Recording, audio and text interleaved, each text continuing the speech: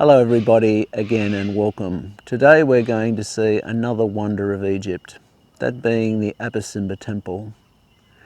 But you can't talk about this temple without talking about the Aswan Dam, the Aswan High Dam.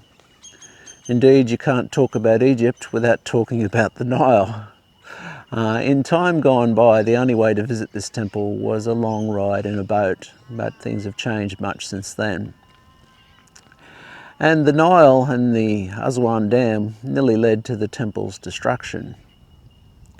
It was a very complicated knot of geopolitical things. Israel and Egypt were at war. The Cold War was going on. The world wanted to save beautiful things to be flooded by a rising river.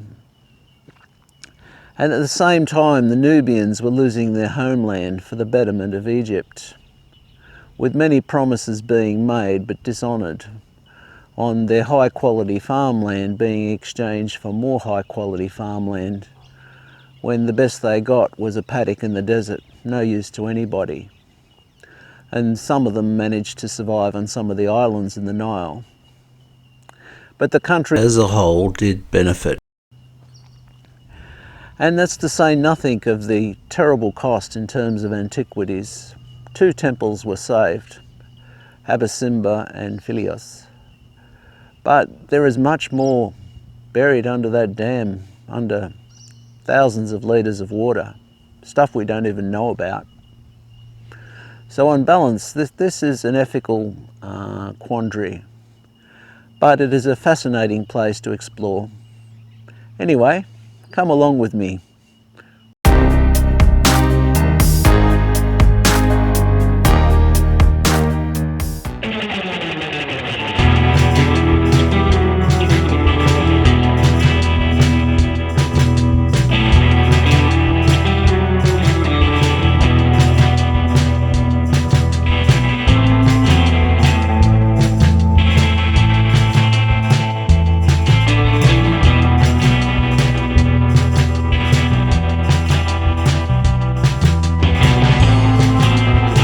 We had quite a long day ahead of us, and it started by soaking in the view crossing the Nile on the Elephantine Island ferry.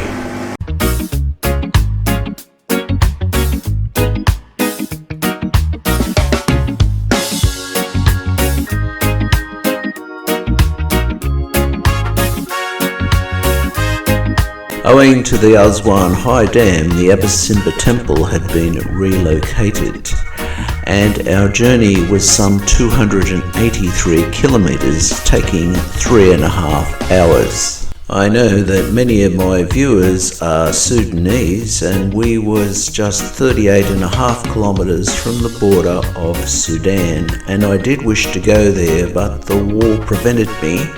And for anyone who's interested, this is the way the border crossing looks. Just a short distance from the Nile, scooting through the Sahara Desert in our little minibus. You'd wonder how anything could live here at all. Well, the Nubians had to.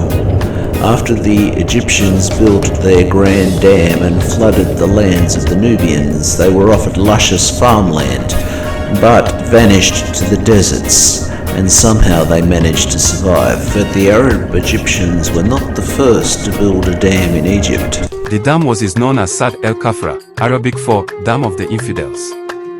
It is widely considered the oldest known dam of such a significant size in the world. Who built it? The dam was constructed during the early dynastic period or the beginning of the Old Kingdom, specifically during the 3rd or 4th dynasty, roughly between 2650 and 2500 BC. While the exact pharaoh responsible isn't recorded on the structure, its construction coincides with the era of the great pyramid builders, such as Djoser or Snefru. The sheer scale and technical ambition of the project reflect the advanced engineering capabilities of that period. Where was it built? It was built across the Wadi Agorawi, a desert ravine located in the eastern desert, about 30 kilometers, 90 miles, south of modern-day Cairo and southeast of the ancient city of Helwan. Technical construction. The Egyptians did not build this as a simple earthen mound, it was a sophisticated rock-filled dam. Structure: it consisted of two massive parallel masonry walls made of limestone blocks. The core, the 36-meter gap between these two walls, was filled with approximately 60,000 tons of earth and rock rubble. Dimensions: the dam was roughly 113 meters long and 14 meters high. Purpose and fate: the primary goal of the dam was likely flood control. The Wadi Al-Ghurawi was prone to sudden, violent flash floods following heavy rains in the desert. By damming the Wadi, the Egyptians hoped to protect the downstream areas and perhaps provide water for local alabaster quarries. However, the dam was a tragic engineering failure. Evidence suggests that it was never completed. Before the facing stones could be fully finished, a massive flood likely overtopped the structure. Because it lacked a spillway to channel excess water, the force of the flood breached the center of the dam and washed it away. The catastrophic failure seems to have discouraged the ancient Egyptians from attempting large-scale dam projects for many centuries afterward, as no other major dams from the pharaonic era have been discovered. Today, the massive abutments still stand on either side of the Wadi, serving as a testament to the ambitious, if ill-fated, reach of Old Kingdom engineering. Along the way you see some ruins of an unknown nature, and you can only wonder about them. All that said, you have to wonder, did damming the Nile, the world's longest river at 6,650 kilometers long, ever occurred to the dynastic Egyptians, or they thought it too hard? Upon arrival at the Abu Simbel site, you go through a visitor center, where the full history and marvelous engineering of the site is fully explained, from the rescuing of the temple to the construction of the dam and where it fits into the timeline of things. It does not, of course, talk of the politics and the fact that this could have been the site that might have started World War III between Russia and America, because Russia would have sided with Egypt over Israel. More about that later. The beautiful waterway is Lake Nasser. Not only did it completely change the face of Egypt, it also changed the face of neighboring countries. And it is impossible to separate the Aswan High Dam and the Abu Simbel Temple.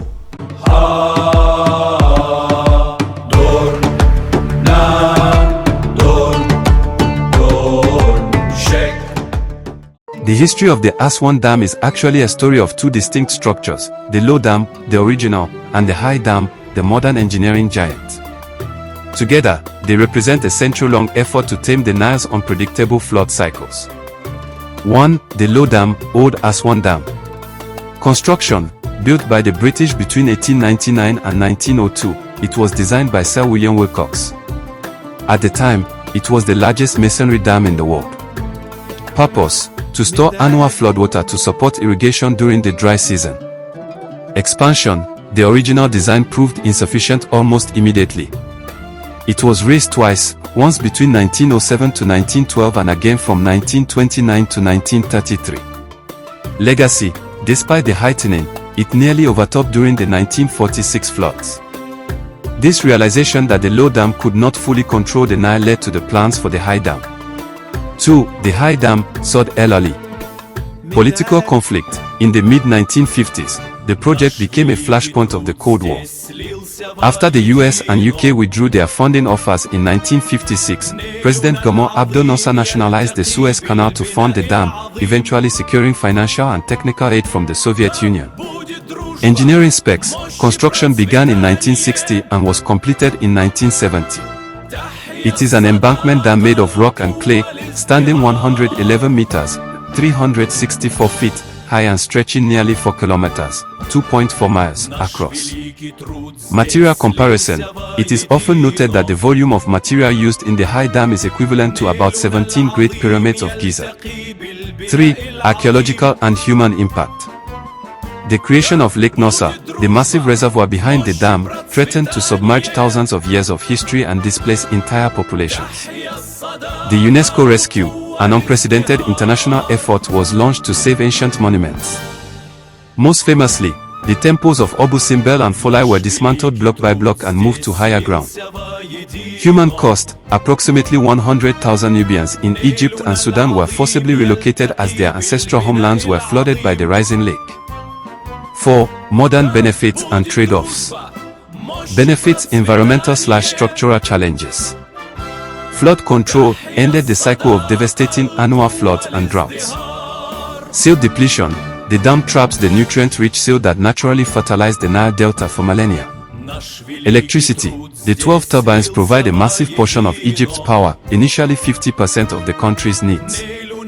Erosion: without the silt to replenish the land, the Mediterranean coastline is slowly eroding the delta. Agriculture: enabled year-round irrigation, allowing farmers to harvest multiple crops per year. Soil salinity: constant irrigation without natural flooding has led to increased salt levels in the soil.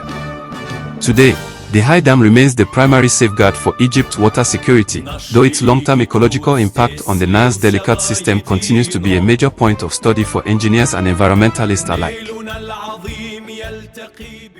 Kaman and myself, strolling along the banks of Lake Nasser, are struck by this mountainous structure of a temple, and the work that must have been done to build it in the first place and move it up more than 100 meters with absolutely no evidence that can be seen of this is just amazing from any angle you want to look at it. These picture frame-like cutouts in the face of the temple with hieroglyphs that have long since eroded can be seen clearly owing to the effectiveness of my camera's zoom.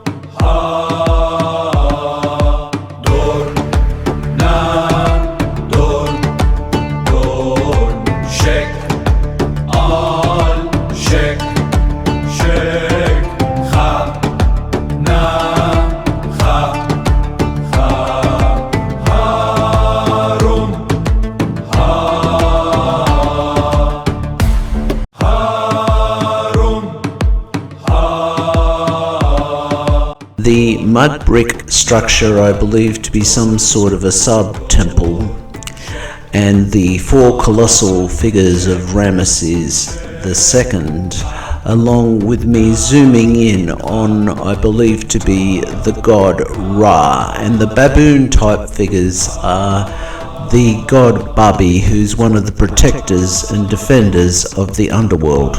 The fallen head of Ramesses, along with an unusual seat-like structure, with the 2 figures on the left of screen representing the god of the Nile, Happy, coming in twos on account of a representation of both the lower and upper Nile.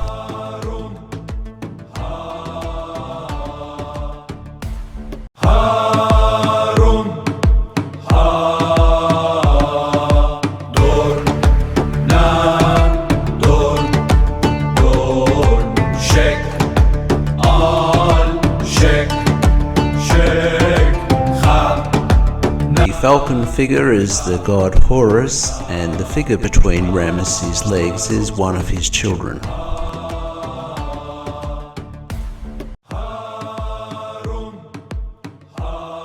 The 2 female figures represent Ramesses' wife, and the running figures represent the army willing to serve and defend Ramesses' interests.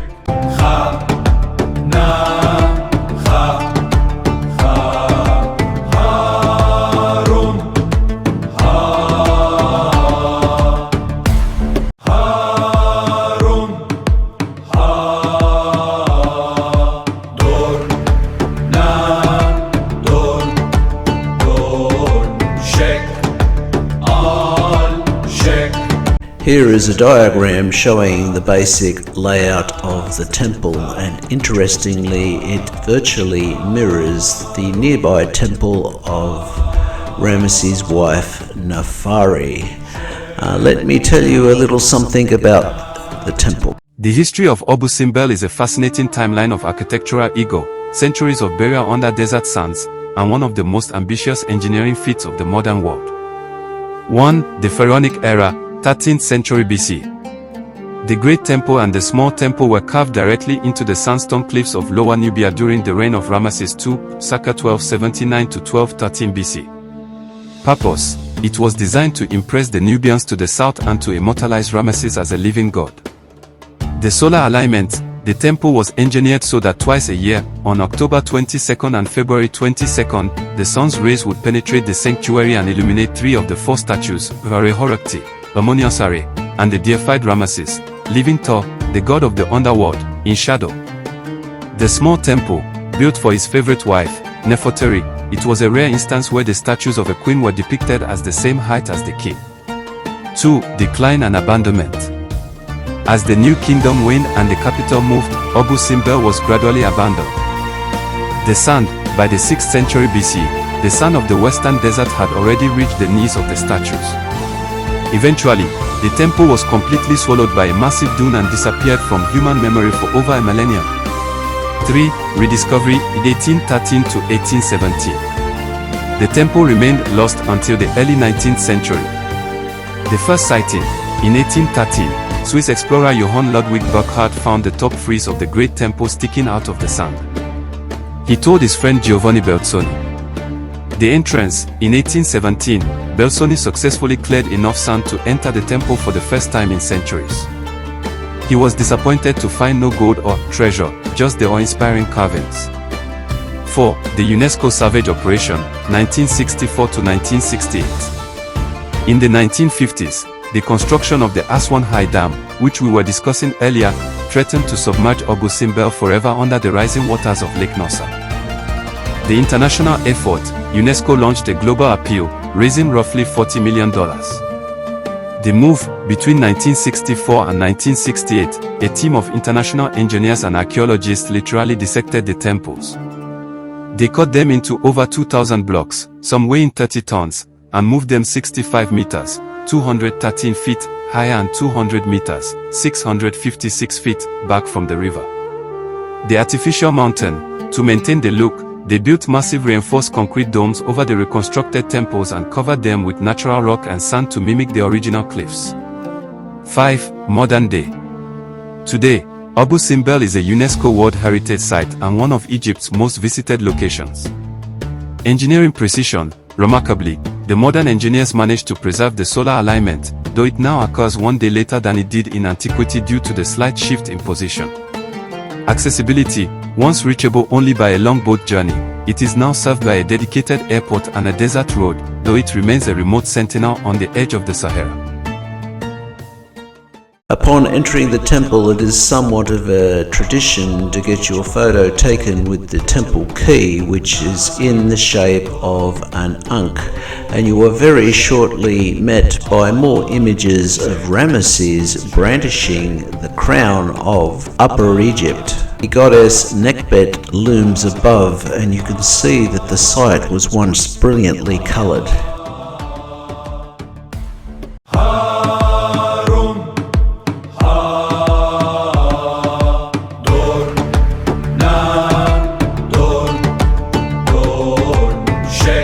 The walls are adorned with images of Ramesses' spectacular military victories, even leading the troops himself, and it can be seen that they were trying to demonstrate movement in the way that things were carved.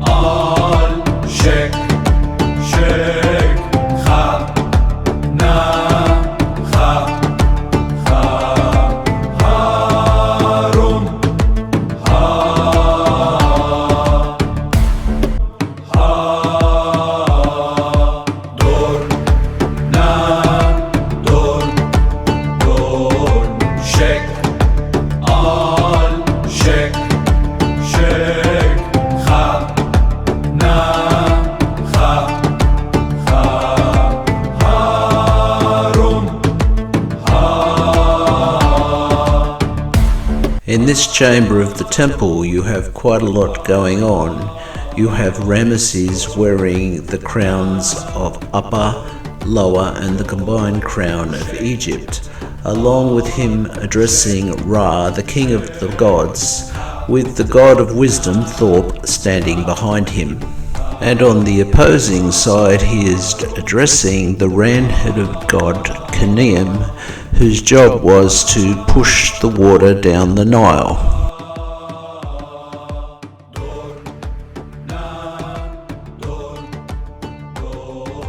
And in this chamber we have Kaman scaring children and the god of knowledge, Thorpe, being showered in lotus perfume. And this is the way the floor was originally supposed to be. It wasn't cut out to make it deep.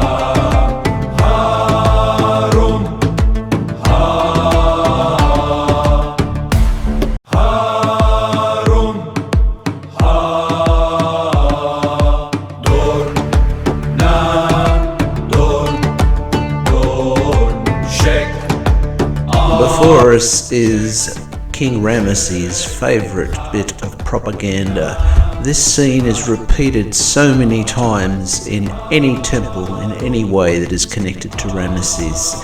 He's wearing the hijab, which is the crown of Upper Egypt.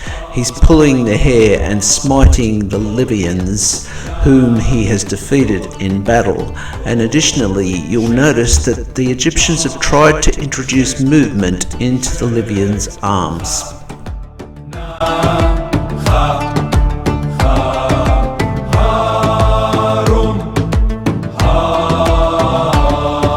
This is a place where you could spend a long time looking at things, from fabulous hieroglyphs to simply the sailing itself. It is all amazingly beautiful and amazingly well done.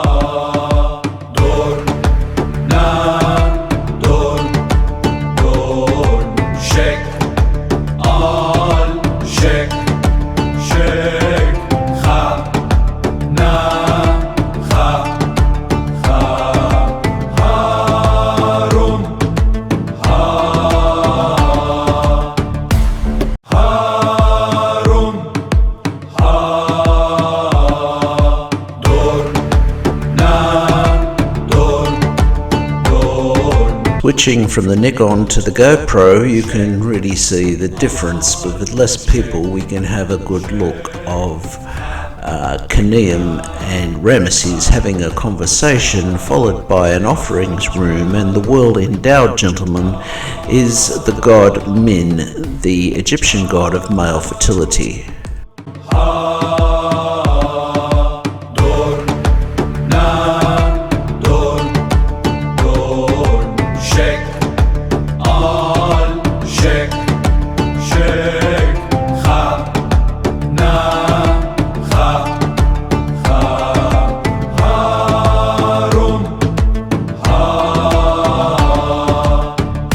Now we enter the chamber of the Holy of Holies, and at the solstices each year, They are illuminated by the sun, something that has been preserved by moving the temple, whereby it happens a day later now.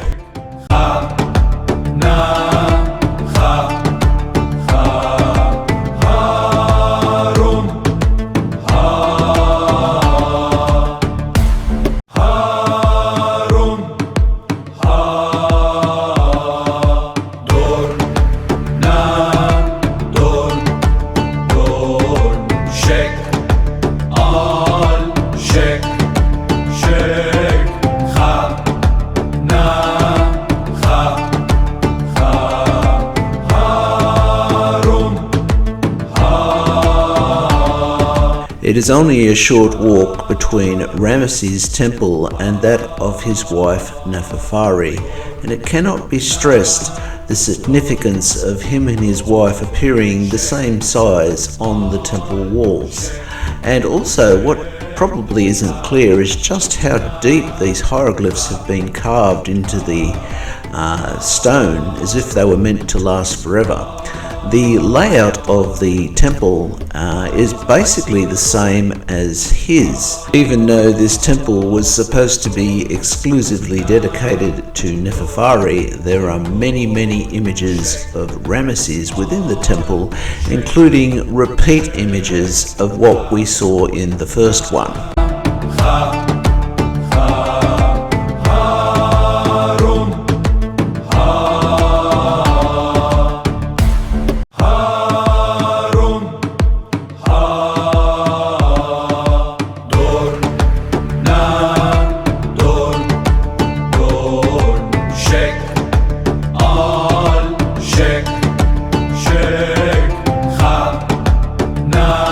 Note the ancient graffiti in the form of a ship's anchor, and again the tradition of taking a photo with the Ankh-shaped key to the temple.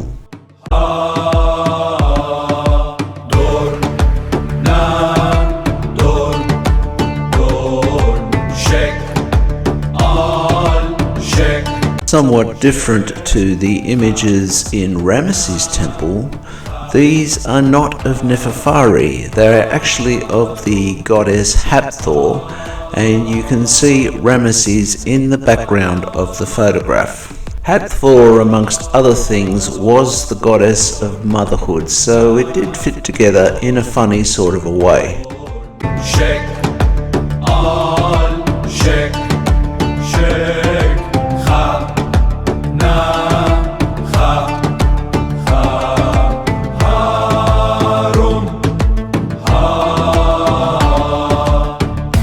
In the chamber of Ramesses, you can see almost repeat images of Ramesses smiting the Ethiopians, with the difference of his wife being present, and I believe the god is Horus, although he does bear a resemblance to Ra.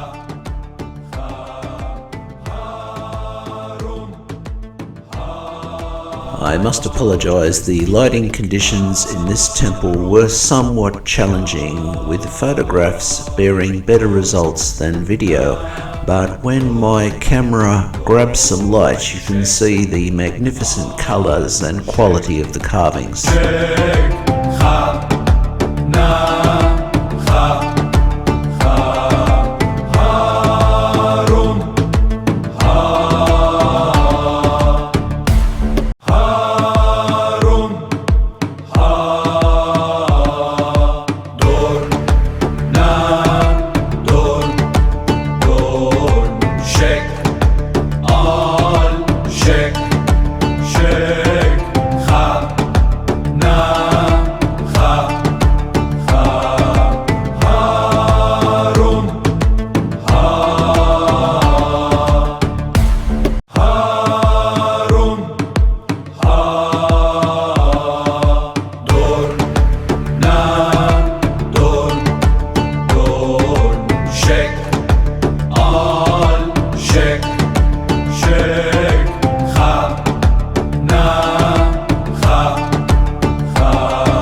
place of the Holy of Holies, we have the chamber of the Aphis bull in this particular temple and no known solar alignments.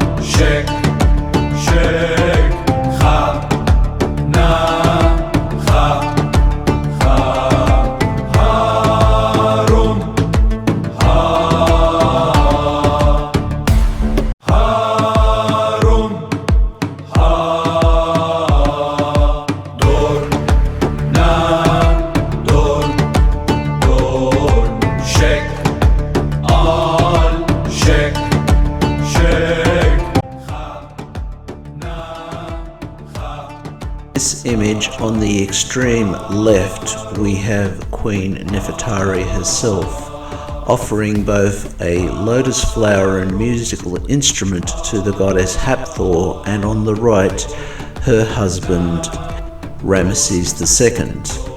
And in the following image you have the goddess Netbet flanking the royal cartouche of Nefertari.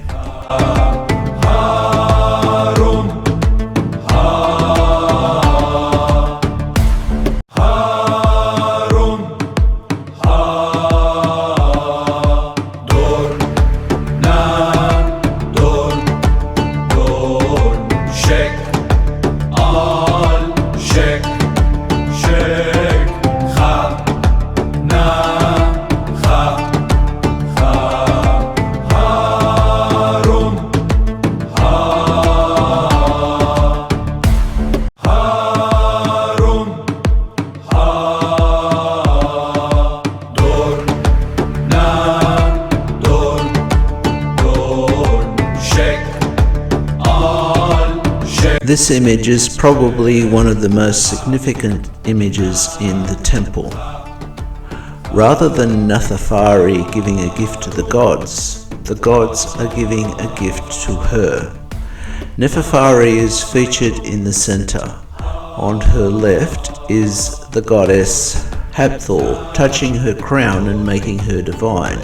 And on the right hand side is the goddess Isis in the same pose. Although very weathered, highly significant. In the chamber of Nefertari, the central figure is Nefertari herself, with her husband simply an observer, and she is flanked either side by the goddess Hathor.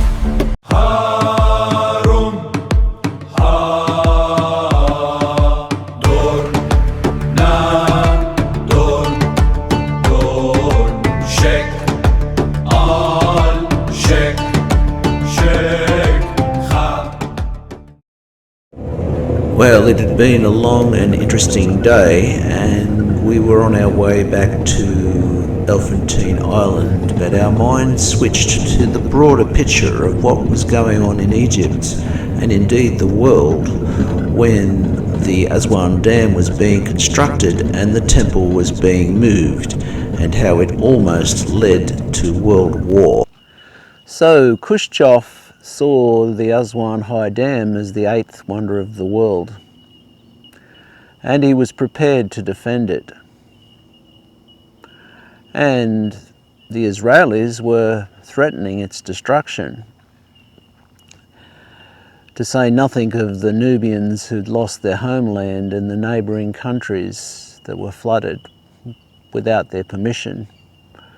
Well, their permission was given because their military couldn't defeat the military of Egypt, as Egypt, at that point in history, was the Islamic leader. During the 1967 to 1970 War of Attrition, Israel, after the Six-Day War, did not attack the main dam itself. Israeli paratroopers flew deep into Egyptian territory, about 300 miles south of Cairo, and attacked three strategic spots: the Nag Hammadi Dam, a much smaller irrigation dam, a nearby major bridge, and a massive power transformer station. The connection, that transformer station was a critical relay point for electricity traveling from the Aswan High Dam to Cairo. By blowing it up, the Israelis effectively cut off the power coming from the Aswan Dam, plunging large parts of Egypt into darkness. The message, the goal wasn't to destroy the high dam, which would have caused catastrophic, indiscriminate flooding, but to prove to the Egyptian leadership that the IDF could reach their most vital infrastructure at will. Why they didn't bomb the Aswan High Dam? Sheer size, the Aswan High Dam is an enormous rock-filled structure.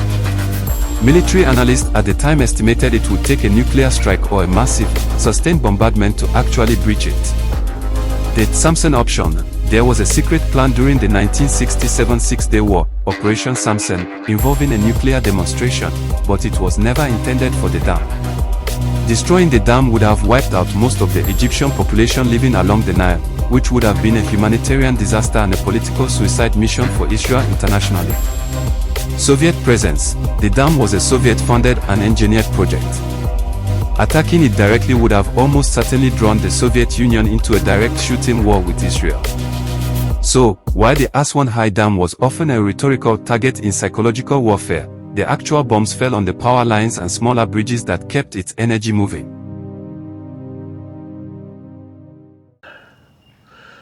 Well, hope you like that.